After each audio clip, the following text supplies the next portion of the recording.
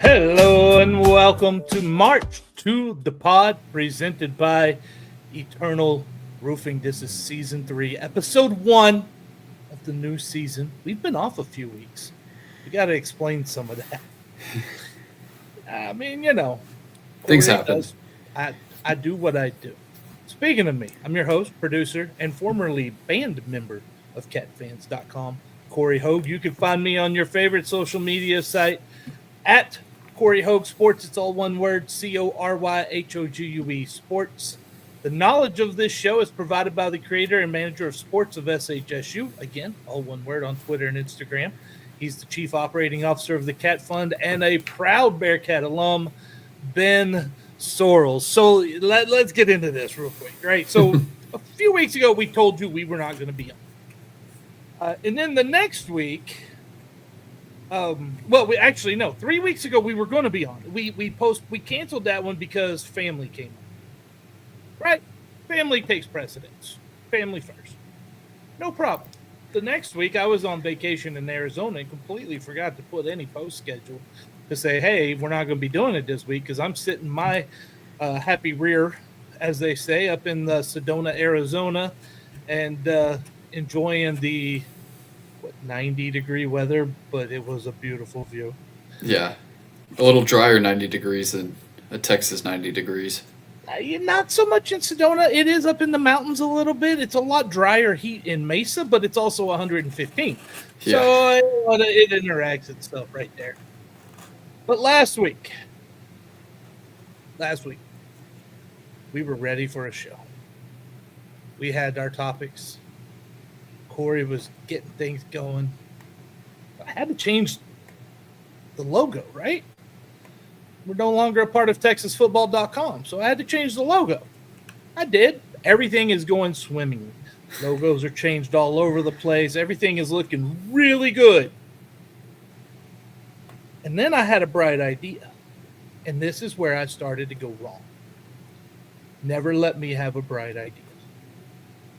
I was like, wouldn't it be cool if on Twitter we put like our birth date so we get balloons? Cool, right? On the anniversary of our first show, June 23rd, every year be balloons. The problem is we're 3 years old now.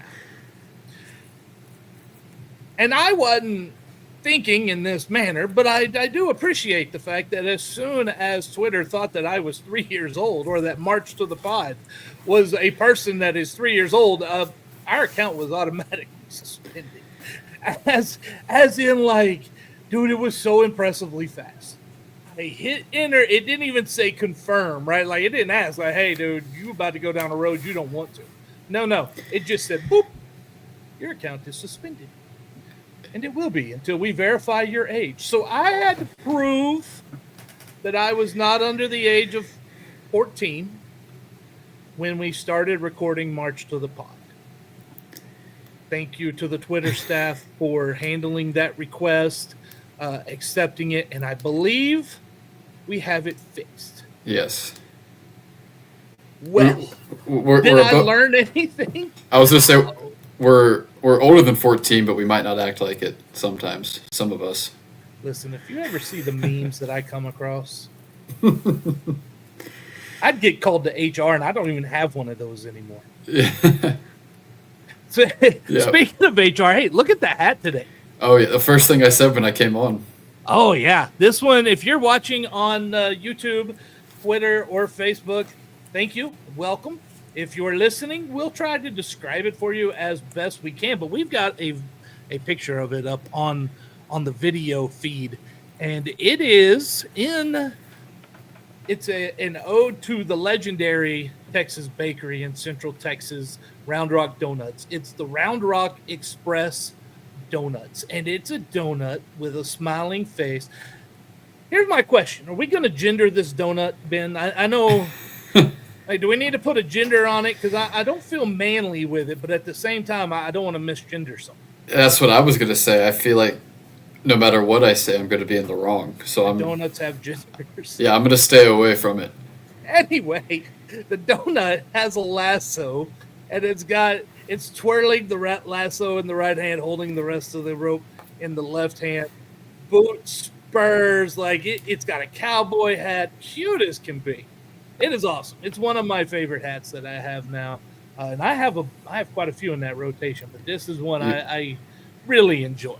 I enjoy it too. Well, and speaking of putting new things in rotation, subtle hint: Sam Houston will have a new thing in one of its rotations here soon too.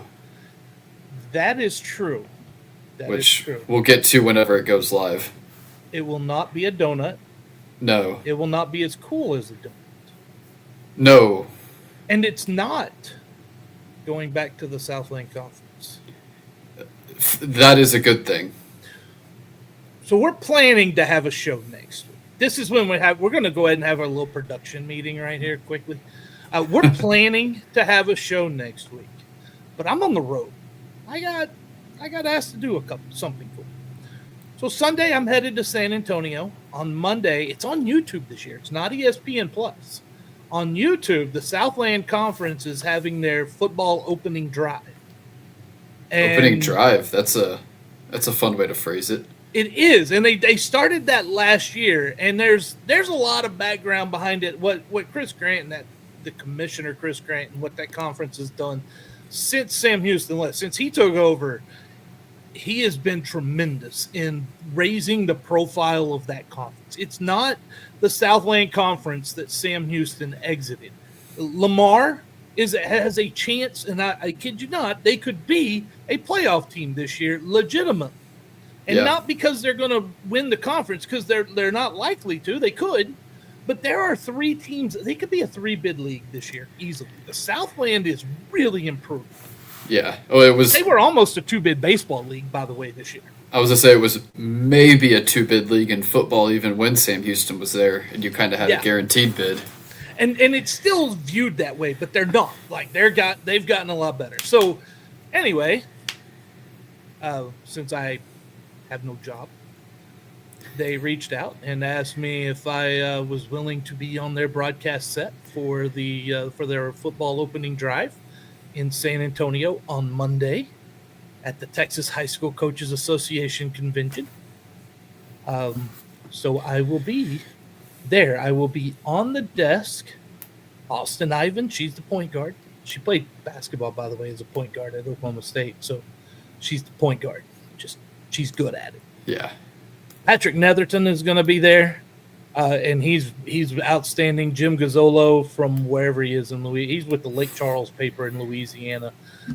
He's going to enjoy me talking about the Bearcats. I'm going to make sure I mention that a few times. He will enjoy that one. Do you have an opening script plan for the opening drive? You got you know how they always script the first 10, 15 plays? Let me tell you, man. I was part of the production meeting today, and it's run down minute by minute of exactly what's going on at what time. So it is going to be nonstop from 8:55 till about 2:30, 3 o'clock. There you go.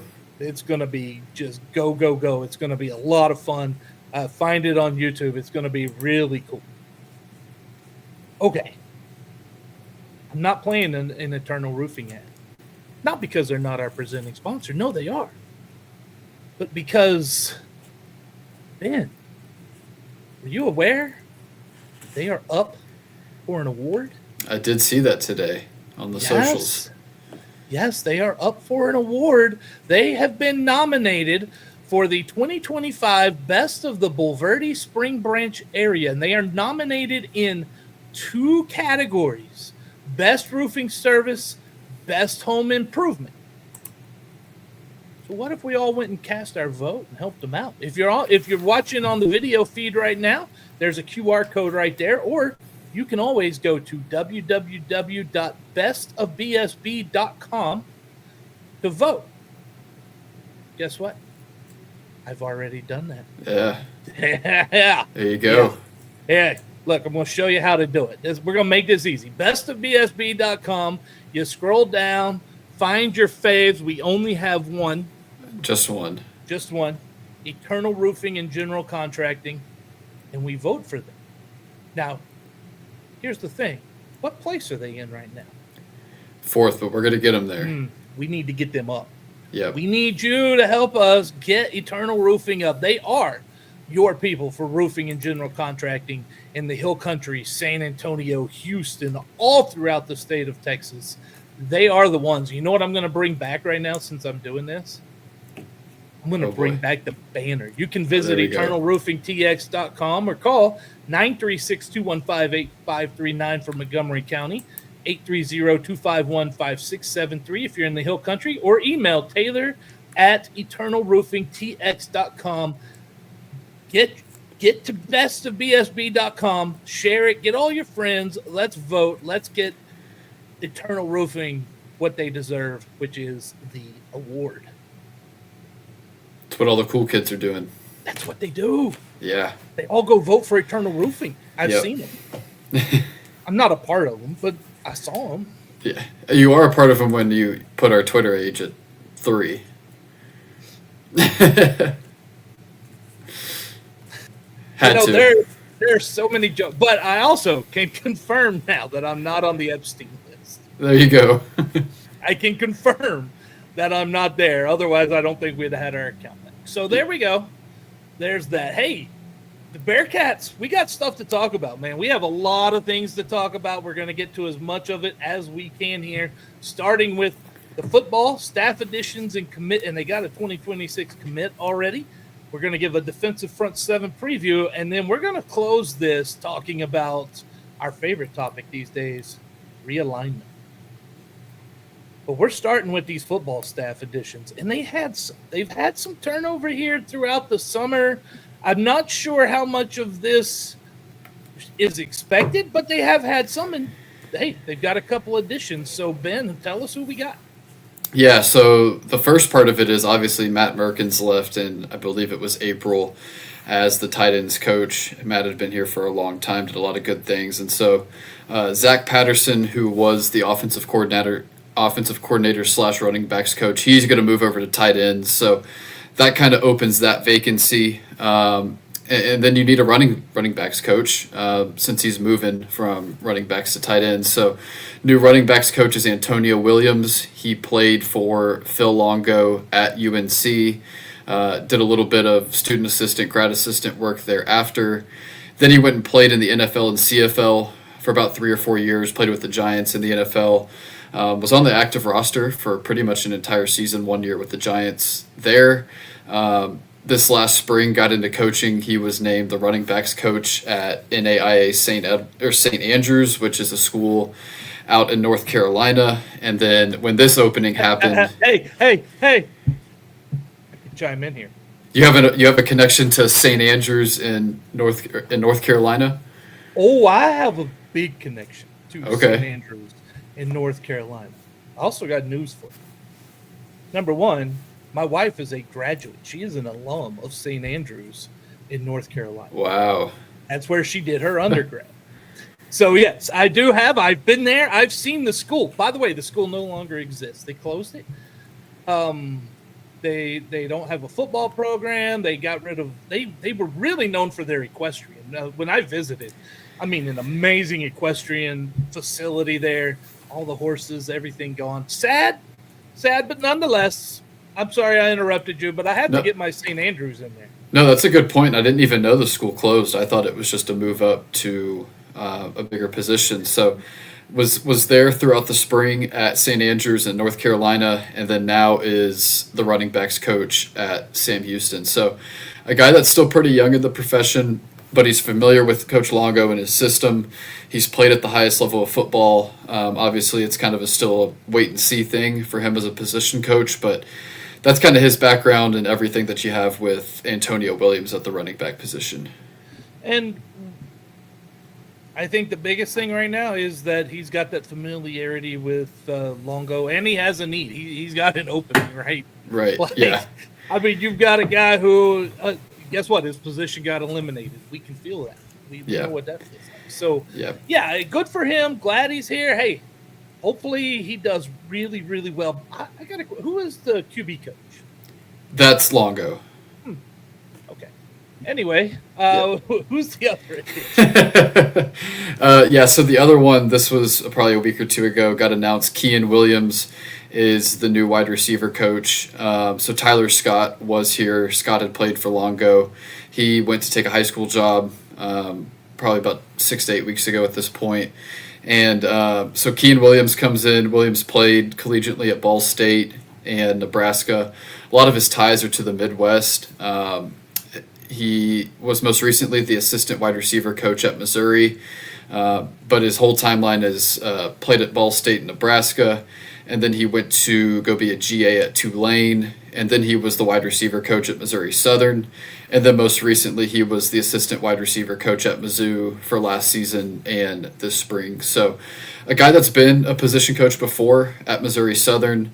He's played at the highest level, was an assistant wide receiver coach at Missouri in the SEC. A lot of Midwest ties in the Missouri, kind of Nebraska area. You cut out on us right there, man. You froze.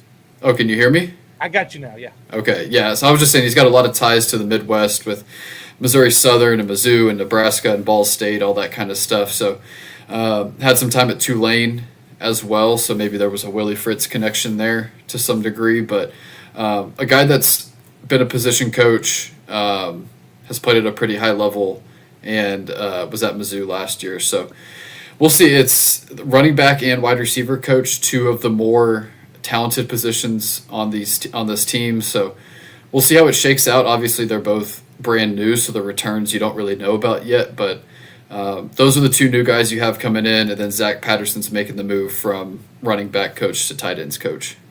So why would a guy leave Sam Houston, an FBS job, position coach, to go be a high school coach? Listen, a lot of coaches are leaving college to go to high school. They are.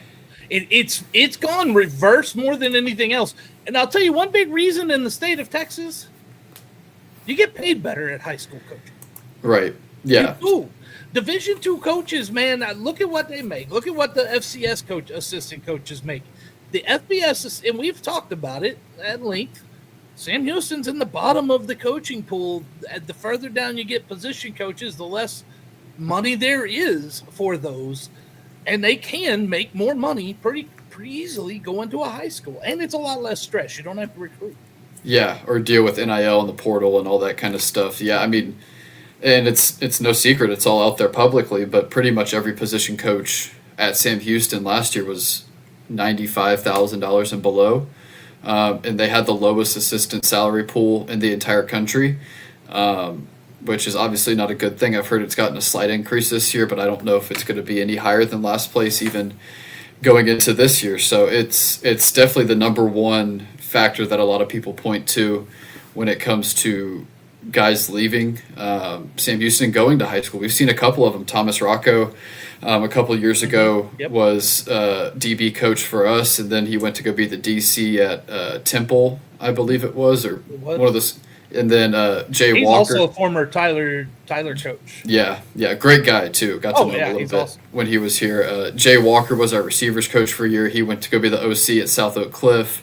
I think he's back at Prairie View now, I believe. I think he did. I think, Prairie View's got some cash inflow all of a sudden. Yeah, so and then you've got Tyler Scott moving to high school, so it's not the first time we've seen it happen, but it's definitely a concern. It is absolutely a concern. It's a concern across college, though. Like, I'm not going to say a concern for Sam Houston. This isn't one of those things where Cory's bagging on Sam Houston. I'm bagging on the college coaching profession. Right. At below Power 4, the money isn't there for what for what you have to do and the amount of effort you have to put into it. Right. It's just not there. Yep. So that's unfortunate. But hey, we welcome the new guys. We also want to give a big welcome to a new 2026 commit. Ben, tell us who that is. Yeah, it is Cato June Jr. He is a corner from Westfield, Indiana. First commit in the 2026 class. His dad, Cato June, played for the Colts and a couple other schools, or not schools, but teams in the NFL. Won a Super Bowl ring, had 500 career tackles. So obviously comes from a pretty good family. It's an interesting fit, though, because it is an out-of-state kid, and we've only had one out-of-state recruit over the last 3 years. That was DJ McKinney out of Oklahoma. So it is interesting to see the portal class that they had this year, how heavy it was from out of state. And then the first recruit you get for 2026 is from out of state as well. So looks like a good kid, has good size, right at about 6 foot, had some other offers. He had a Miami offer, which was interesting. All the other schools were kind of around Sam Houston's pedigree, like Marshall, Eastern Michigan kind of thing. But looks like the Miami offer might not have been more than a PWO. Yeah, and he also had Troy, Sacramento State, so some other schools that are comparable were the other schools on there. But looks like a good get. I will say Sam Houston hosted no official visits before the most recent dead period, so he wasn't on campus for an official visit. And you could tell by just his commitment video post. I mean, he wasn't in an on-campus visit picture kind of thing. So I am interested to see if they can hold on to him and what that looks like for maybe any other guys that get committed, just because they haven't gotten them to campus yet, and you don't play any home games this year, so I don't know when they are going to come visit. So it's definitely a factor to consider, not only for him but for this class. It's just going to be difficult to get guys on campus because you did not have players on campus before this most recent dead period. Yeah, I think they lean hard in the portal. I think that's what I think we see that right now, right? Like they're going to talk to a couple of, look, first off, talented player, really good pedigree, sounds amazing. I get he's out of state, and that may, we got this whole Texas high school coaches thing, and we love them, but sometimes an out of state kid can come to your college too. Like I think sometimes we put a little too much into the exact location of all of them.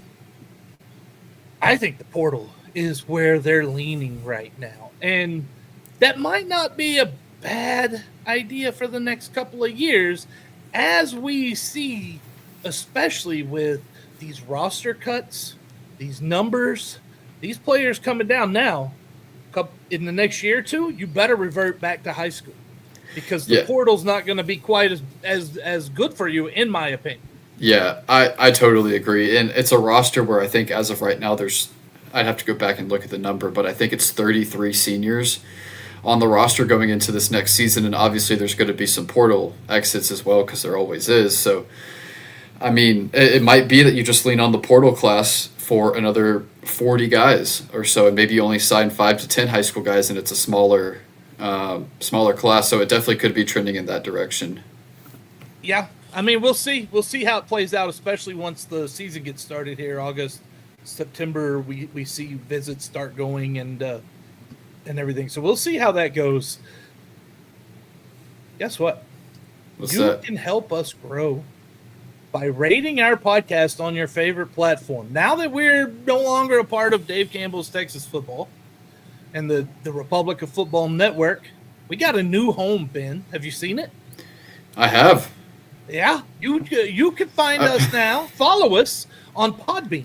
marchtothepod.podbean.com. March the number 2, thepod.podbean.com. You can download and share every episode from there. Whatever platform you find it on now. It's on Apple. You can go find it on Apple. Search March to the Pod. It's there. Give us the ratings. We would prefer 5 stars. That's actually going to help us. 1 star would be probably accurate for the producer, but it won't help us. So we'd appreciate you helping us. Yeah, we need all the help we can get, right? We do. We need all the help right now. Listen, moving off the platform of Republic of Football Network is a little bit of a hit for some of it for this show, and so we need all the people that we can get. Grow it, share it, Get it out there any way you can. Also, we want you to know we are part of the Conference USA Podcast Roundtable, which features podcasts from all 12, how many ever number of Conference USA schools there are exactly today. Who knows? We realign too often.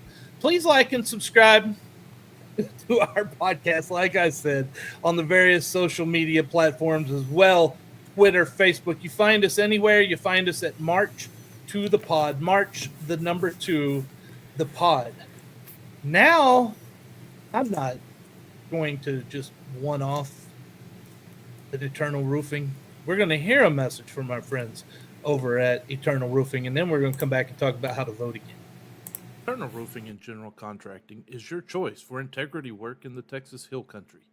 Taylor Andrus and crew provide experienced quality roofing services with a mission of roofing with faith, serving with integrity, and sheltering homes in the spirit of stewardship. Don't just take our word for it. Here's what satisfied customer Pamela Allen had to say about Eternal Roofing. They did a great job on our patio roof, came out quick for a quote. The quote was very reasonable, and they started and finished work well and quickly. Not a bad thing to say about Eternal Roofing. Give Eternal Roofing a call today at area code 830-251-5673 or area code 936-215-8539, or you can email them taylor@eternalroofingtx.com. Very thankful for our friends over at Eternal Roofing. And again, go to bestofbsb.com, search for Eternal Roofing on there, give them a vote. They are up for best roofing service and best home improvement in the Bulverde Spring Branch area. Help them as they are the best. Before we get into the next segment here, we had a Jason Plotkin watching on YouTube had a comment here. Love the Astros shirt, Ben. Hey, what happened with that? How'd that series go last weekend? Do we think Ryan O'Hearn, who, by the way, a starter in the All-Star game from Samuelson, that's a first. Yep. Do we think Ryan O'Hearn is going to come home or continue playing for the Orioles? I think it's either O'Hearn or Mullins. You're going to get one of the two need a lefty bat. The Astros do is just what are you willing to pay? I think if you go get O'Hearn, it kind of limits what you might be able to get on the pitching side. If you get Mullins, who's obviously probably a lot cheaper, maybe you can get an arm as well. So I don't know. It would be cool to bring Ryan O'Hearn home, but it's going to cost a lot probably. Let me say this. Why would Baltimore trade him? Expiring deal. Want to get value out of him. They're not in contention. Probably not going to re-sign him. Now that's the question. Right, like what do they see his future at? That tells you what his price is going to be. Yeah. Right, but, like I mean, we're going to find out what Baltimore thinks of Ryan O'Hearn when we find out what the asking price is. Right. Yeah. We'll see. And I mean, things are about to heat up. 2 weeks away from the deadline. Can you imagine being talked about like that? Like if you're What's your prices? Yeah. Like what? How much are you worth to the Baltimore Orioles? Right, like. The hell am I? I'm worth about 2 bags of peanuts. That's what I got over there, right? He should be worth a lot. He's an all-star. He is. And look, he will pull in. They're not going to sell cheap, I don't believe. But also they are going to want to get rid of it. That's why that July 31st comes in. It's always fun, the trade deadline. Thank you, Jason, for the comment there. We had a preview of the offense. We've gotten completely through that when we ended season 2. Now that we're finally back, my bad, for season 3, we have a preview of the defensive front 7. Ben, that includes, for those maybe who don't know, defensive line and linebacker. Yes. See, I read a book. Which one? The football book. Football 101. That's what it was. It was the football book. Oh, that's funny. Tell us what you got for the defensive line. Yeah, I mean, it is probably the biggest area of concern on this entire team coming into the 2025 season. I think from a depth perspective and a talent kind of top-end talent, what guys bring to the table kind of perspective, I mean, very thin on the depth. It was very thin during the spring. They've brought in a lot of guys. Do they have the talent to play at this level? We'll see. but there's a couple names to know. I guess hitting on the couple that I think could really pop. The first one, and I talked about this on my interview with the G5 Hive, and they actually interviewed this guy after because I'm pretty high on him. He's probably my favorite player on the D line coming into this year is Keelan Cox. Played at Texas Southern last year. I think he had 40 tackles, like 13 tackles for loss. He could play. Yeah, He's FBS level, yes, but I don't know that he's power forward. But hey, it's going to be something that can help you on the D line. right. He's a guy that's going to play. He's got the intangibles. He's been at Tyler Junior College, Wyoming, Alabama, Texas Southern, and now here. So he's well traveled, been a lot of different places. So he's a guy to watch on the edge that I think is going to be pretty good. Obviously, you've brought in a lot of Cali JUCO guys. Did that on the D line as well. I think one to watch is Brian Spalding. I liked his tape, 6'4", 255. So he's got the size that you kind of want to see for an edge guy. So he's exciting. You bring in AJ Sargent from Tarleton, who's kind of a hybrid edge, can play in the middle a little bit. Wasn't extremely productive at Tarleton, but is a guy that Sam Houston was high on a couple of years ago out of the portal. They brought him in this time. He was double teamed a lot. Yeah, it's hard to tell, He especially was accounted for. They Yeah. knew who he was. Yeah, the numbers don't show how good Right. Sargent is. Yeah, so you got AJ Sargent. He's a guy that, especially if you need depth on the interior, I think can slide over. He's 280, which is a little thin. Where's he from? Oh, is he a Wichita Falls guy? He is a Wichita Falls guy. Oh darn! I watched that kid in high school too. How about that? Yep. So I think those are the three that you feel really good about. You bring in a couple other guys just to hit on real quick. Chauncey Chitty, you brought in from Central Missouri, a D2, played at a high level there, but played a little more linebacker than he did D line. Only weighs about 235, so there's some size concerns there for me. Zaquee Lawton had previously played at Cincinnati and West Virginia, medically retired last year, and now he's back. So a guy that has played at some big schools and played a little bit there, but don't know what he looks like after medical retirement and coming back. And then you've got Josiah Stevens, who, he's physically pretty close, but he's still young. He's a redshirt freshman from Willis, nearby Willis High School. I don't think Caius Coy or Anthony Shorter will really factor into the rotation this year as true freshmen, just a little undersized right now. So I think there's size concerns on the edge. I think there's a top-end talent concern. And like you need depth, especially on the D-line. So that's kind of the edge group. The defensive tackle. But General Sam has a comment. He's high on Chris Eaton if he can stay healthy. And, sometimes with these portal guys, that's a story. Can they stay healthy? Sometimes that's why they're there. Yeah, Eaton's another one. He came over from Howard. I talked to some other coaches around the country with him. He's got an extremely high motor, one of the highest motors you'll see, but physically he's just not as talented as some of the other guys are. But if he can develop some technique, maybe put on a little size, I think he's got a shot because he's got the motor to do it. I just don't know if physically he's there yet. But the size could be why he's had injury problems too. Yeah, I don't know if he's had injury problems. Yeah, if he can stay healthy, yeah. The size is what you worry about when it comes to injuries, right? Like if he could stay healthy. Size is hard, man. In football, you got to have it a lot of times.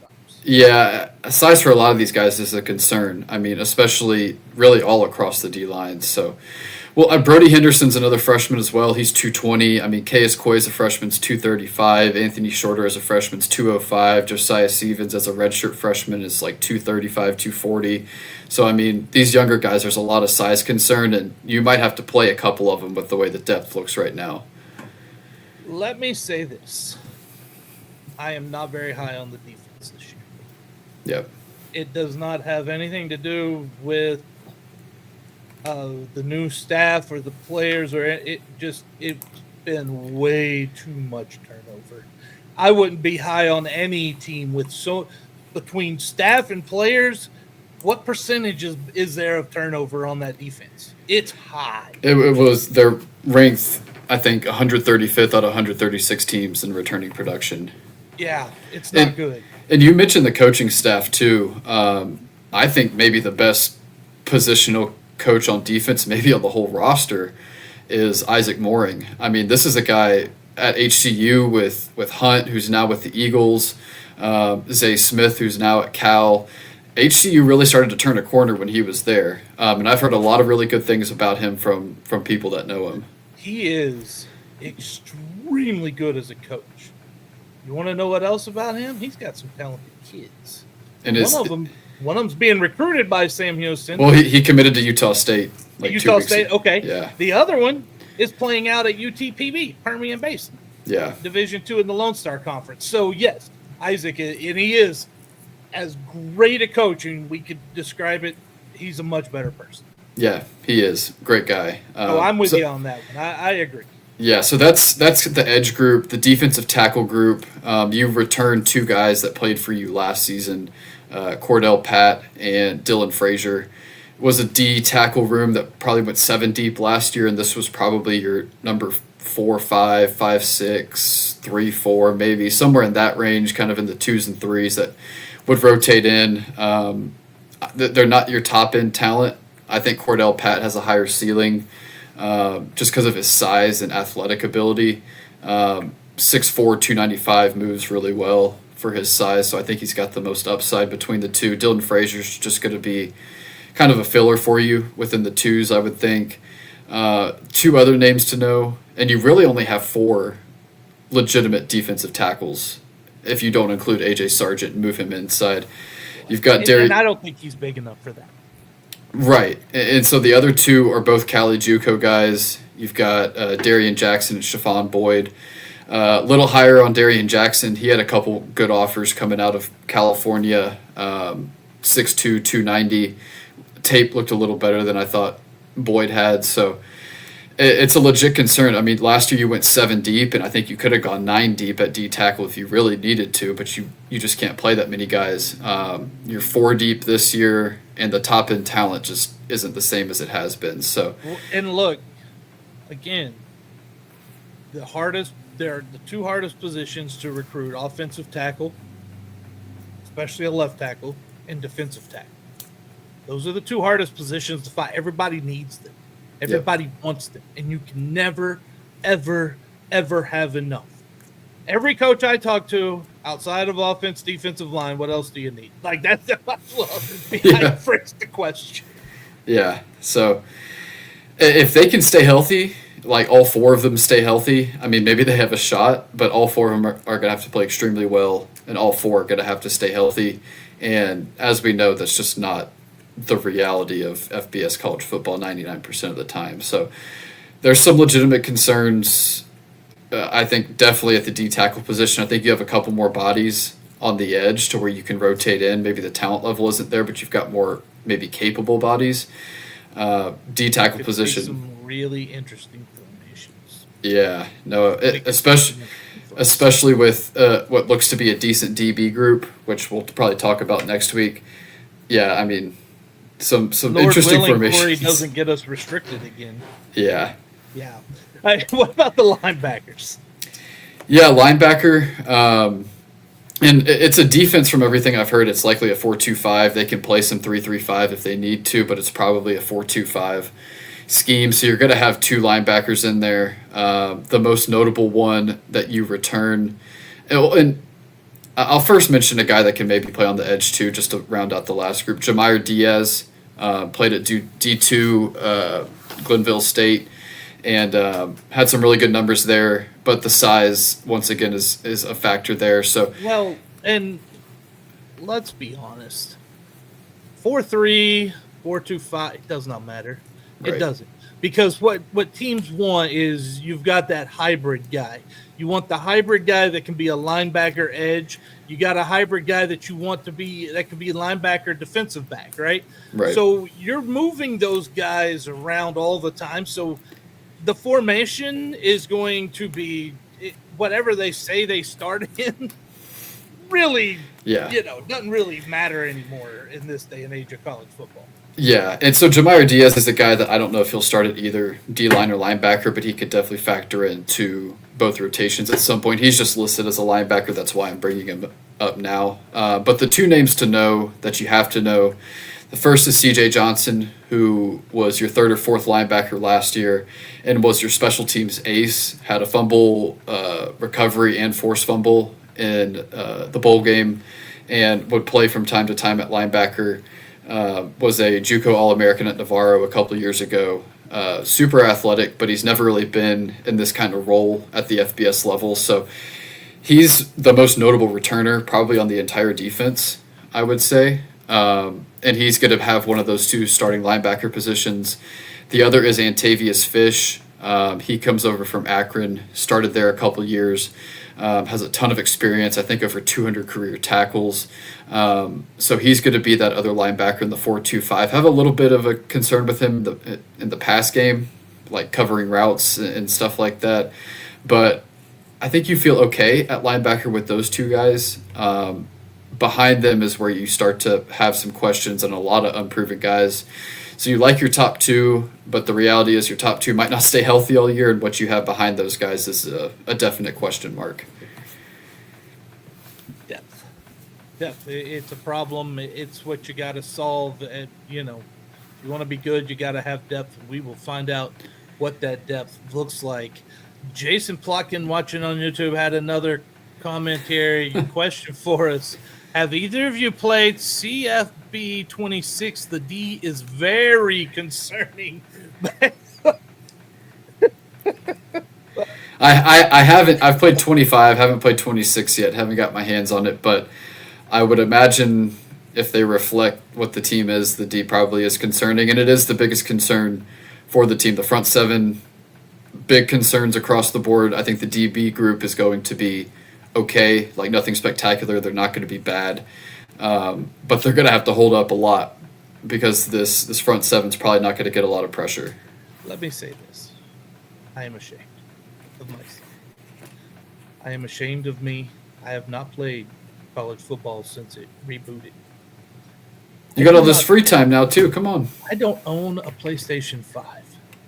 And now I got eliminated, and so I got to pay for this big house behind me. And so if you want to send me a PlayStation, go ahead. A PS5, yeah. I'll take it. But no, I have not played it. I would. I'm not against playing it. I would. I just don't own a PS5. And honestly, Mary, she went to St. Andrews. The Presbyterians don't always believe in PlayStation. I don't know. Look it up. It's weird. St. Andrews isn't in the game, are they? No, create a team, right? Yeah. So no, I have not played it. I have seen the game, of course, and I've seen players play it. Like last year at the Southland Conference opening drive, they had it there set up for the players to play, which was cool. And it was fun watching them play and seeing it. And I hours upon hours playing that college game. When it came out, when it was in its prime, was when I was in Iraq a lot and Afghanistan, right? 03, 04, 05, 06, 2011 and 12. And so I played those, man. The battles would be, it'd almost end up in fights. We'd play each other so much, right? Like, you're there to fight the other guys. Come on, Cory. I know, right? But I mean, it was always a battle, defensive battle. The other one was that college baseball game. Oh, so good. Let me tell you something, man. I could pitch with anyone. I couldn't hit for shit, but I could pitch with anyone, and I would shut you out. But I couldn't score a run, man. First team to score wins. Was like 1-0. I get so frustrated. But it was the greatest game, and I wish they'd bring back that MVP baseball before they bring back any basketball. That MVP baseball was legit. You're talking about the MLB MVP baseball with Manny Ramirez on the college. cover? It was okay. EA Sports had a college MVP, yeah. 06, 05, 06. Yeah, I didn't remember that's what they titled it, but I know the MLB series was also MVP baseball, and that game was awesome. That's when I fell in love with East Carolina. That's when I liked the Pirates right then. There you go. Hey, look, you want to buy my love? Be on one of those baseball games. Have your ballpark be a really cool ballpark on one of those games. Or create a ballpark, too. That was fun. Create a ballpark can happen. Hey, there are lots of people like our friend over there at Sam Houston, Jason Barfield. That dude can create parks all the time. He's so talented.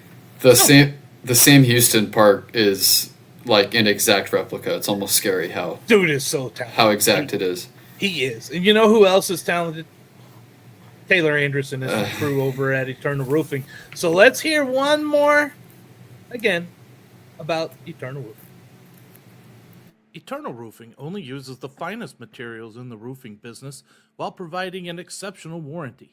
Why do they use CertainTeed products? Because they complement any appearance, provide exceptional and reliable strength, and are known for their enduring performance. Here's what Shane Sosa had to say about Eternal Roofing. Taylor and his team are amongst the highest level of professionals. They care about their customers and go above and beyond just doing the job. Give Eternal Roofing a call today at area code 830-251-5673 or area code 936-215-8539 or email Taylor at eternalroofingtx.com. Once again, big thank you to our friends over at Eternal Roofing. And get over there to vote. Vote for them. Best of BSB.com. Vote for them. We got to get them from fourth place, Ben. We got to get them up the charts. Yeah, we're gonna spam it and vote it. I'll create a lot of Google accounts. That's what I was gonna say. Create a lot of accounts and vote. You got to vote every create an day. account. Facebook. You got a Facebook account. You can go vote for them. A Google account. You can do it. You can create your own. Look, man, you're gonna have a lot of Mr. Magoo's and RRE donut and cat@dog.com at gmail.com. Yeah. Get all those go, but go get them a vote. Seriously, get your friends and family to vote for them. They definitely are the best and deserving. Well, normally we try to schedule some breaks in the summertime. The podcast goes, right? I mean, it goes pretty heavy from July when you have from mid-late July when you got media days, all the way through baseball, softball ending, which runs to the end of May. But, the powers that be don't want us to have any time anymore in the college world. None at all. Nobody gets time anymore because now, June, July, that's when we get to talk realignment. Yeah, every year pretty much. Every year now. And we're back. And now, Conference USA has an opening because Louisiana Tech has officially been invited and accepted a bid into the Sun Belt Conference. Yeah. There are two favorites for the Conference USA, in my opinion. I believe Tarleton State and Sacramento State. Ooh, you didn't say McNeese. I just know some people have that as their second in there. Why would I? What has... And I want to get into this a little bit here, too, because this is kind of interesting. For those of you who really kind of follow along, I've had some thoughts lately about this, not just, free time and alcohol.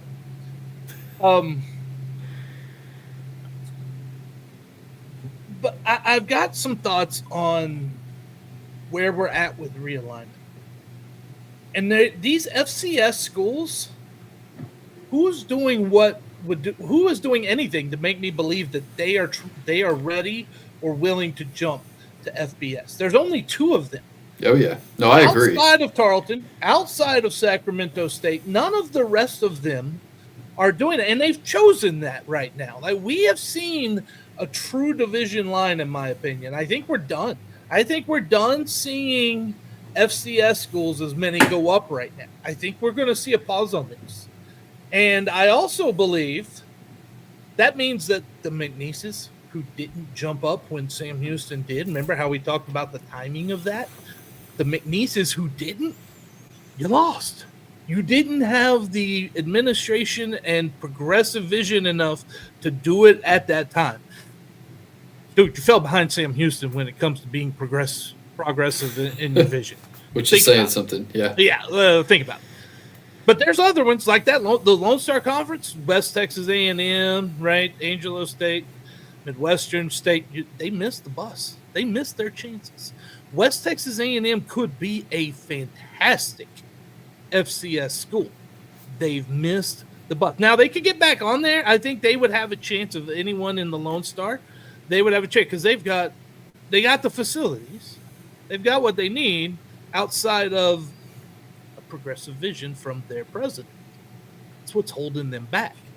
But I think we're done seeing the FCS going up and stuff after the Conference USA fits. Yeah, I agree. do think there's another division coming. The Power Four, they're going to totally split.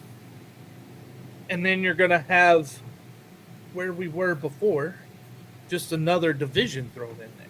Yeah, Power 4 group of 6 and then FCS kind of thing. So yeah, and so what are you going to call the other ones, right? What's going to happen to the middle group? The top group, they've got the money, they've got their title, they've got everything sewn up when it comes to that, right? Yep. That middle group, you don't have an ability to play for a national championship. What do you do? Do we see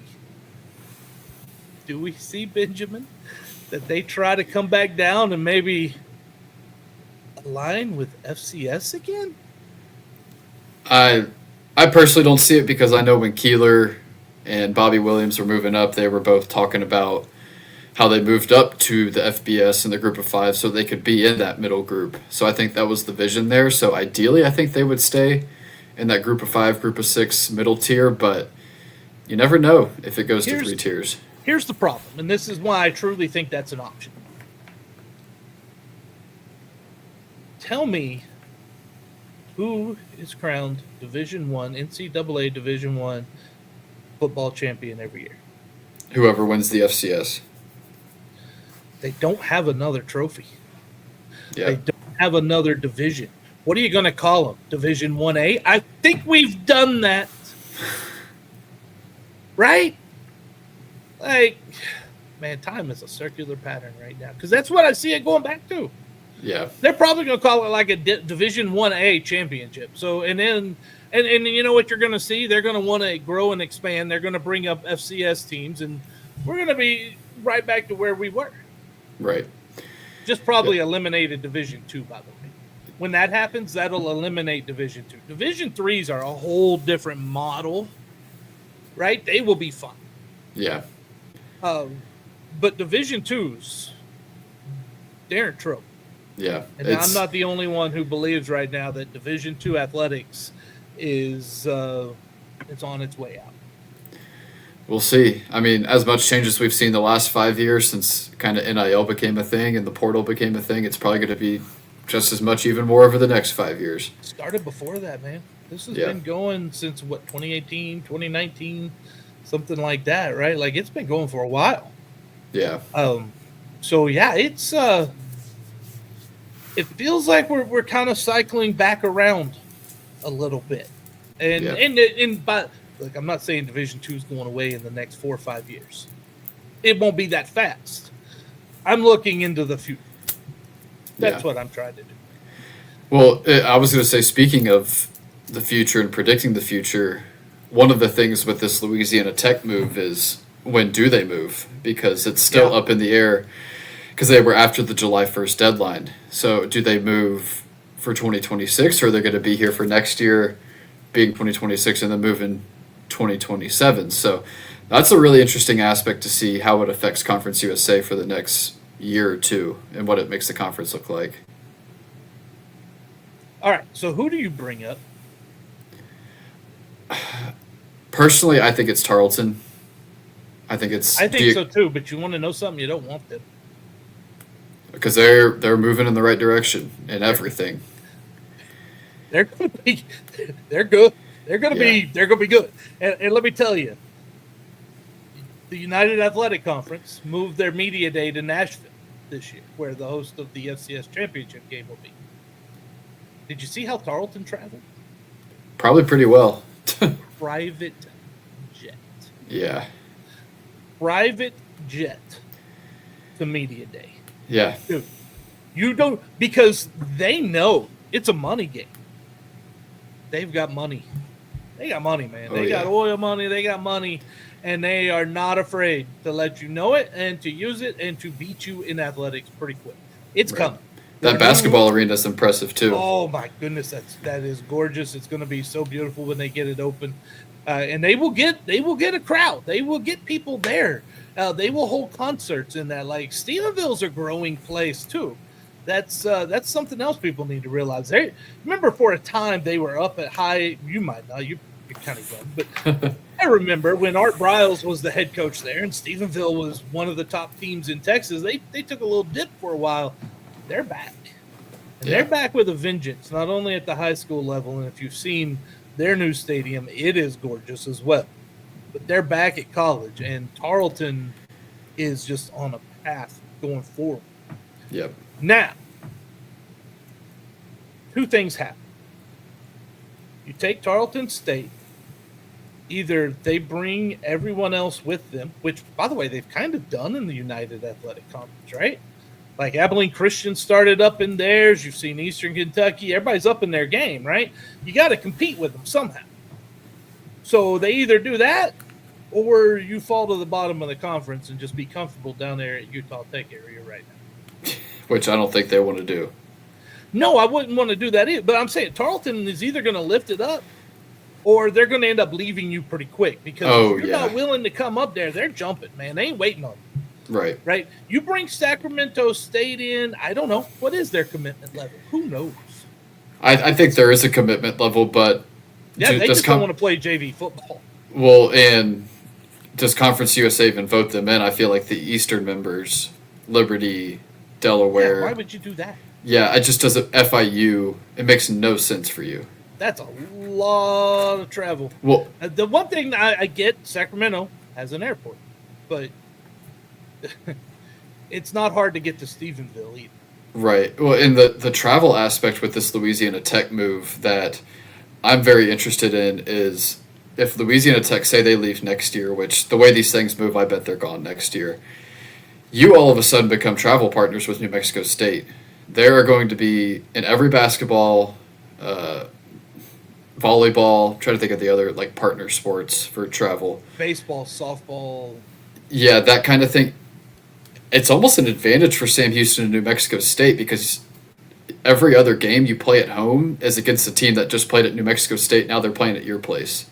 That is a brutal 2 or 3 day travel window. So I think if you don't add Tarleton in there, even if you do add Tarleton, it could be Tarleton and New Mexico State or New Mexico State and Sam Houston. I mean, you might have an advantage as Sam Houston from a travel perspective. And if you go Sacramento State, New Mexico State, travel partners. I mean, still it's pretty only big. One, right? Yeah, it's still pretty big. That's a long travel. Yeah. Hey, look, I just drove. First off, it's not brutal through New Mexico. It's gorgeous. Okay.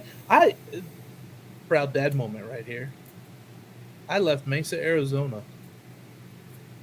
on July the 3rd, at whatever time in the morning it was there, like 8 o'clock or whatever. Yeah, 8 o'clock in the morning, whatever. Anyway, 13 hours later, 13 hours, 4 1/4 stops later because I had opened the door and let the boy go outside. We arrived at home. It's good. Dad, tell you, I did not meet any of the fine policemen, and if they were out there, thank you for not,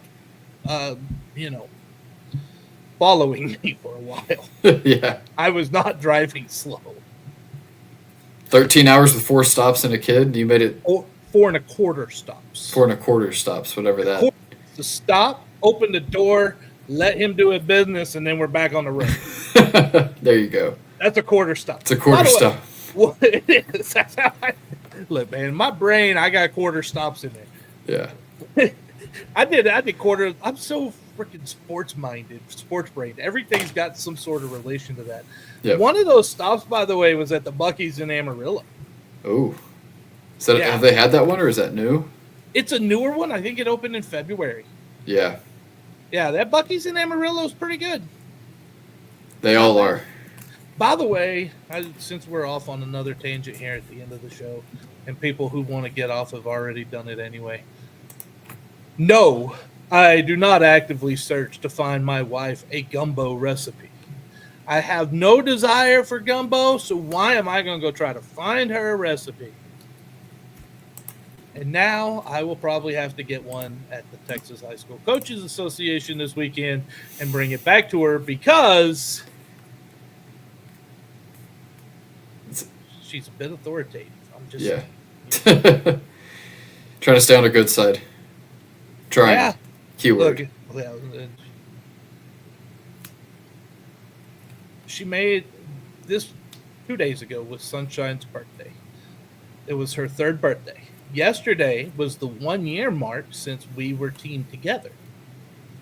So my wife made a cake that is edible for both dogs and humans. I would not eat it. I'm not doing it. Hey, well, I mean, peanut butter, applesauce. It was all edible, and I do know one human, not in my house, but one human tried it and was like, "Oh, well, it's not bad."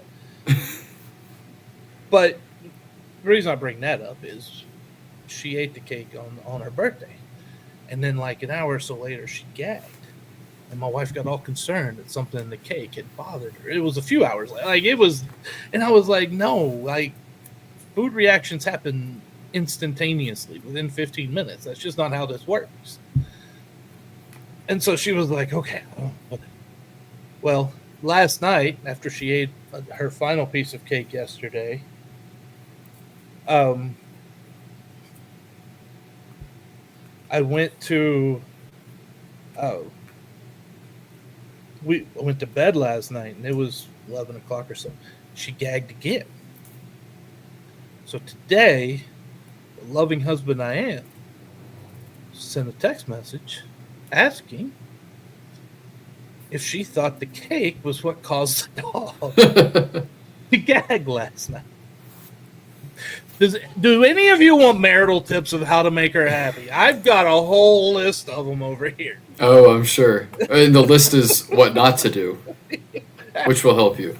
I don't know. She seems pretty happy with me. I don't know, man. Oh, goodness. Oh. The other day, she ran out of Kleenexes. She asked me to go get her a box because she couldn't reach them. I did. As soon as she left, I switched the boxes. So she doesn't know I got the new box. She doesn't. She still, I won't tell her. Yeah. Hope she ain't watching. Love you, hon. Oh, goodness. Well, I think we better wrap this one up, man. It's good to be back. We should be back next week. Next week after Media Day, right? Yeah, on the 22nd is Media Day. 22nd is Media Day. We'll be on the 23rd if I can add 16 plus 7 correctly. I was going to say training camp starts 22nd as well because you get 1 month of practice time before your first game. So you play on the 23rd, get 1 month of practice time beforehand.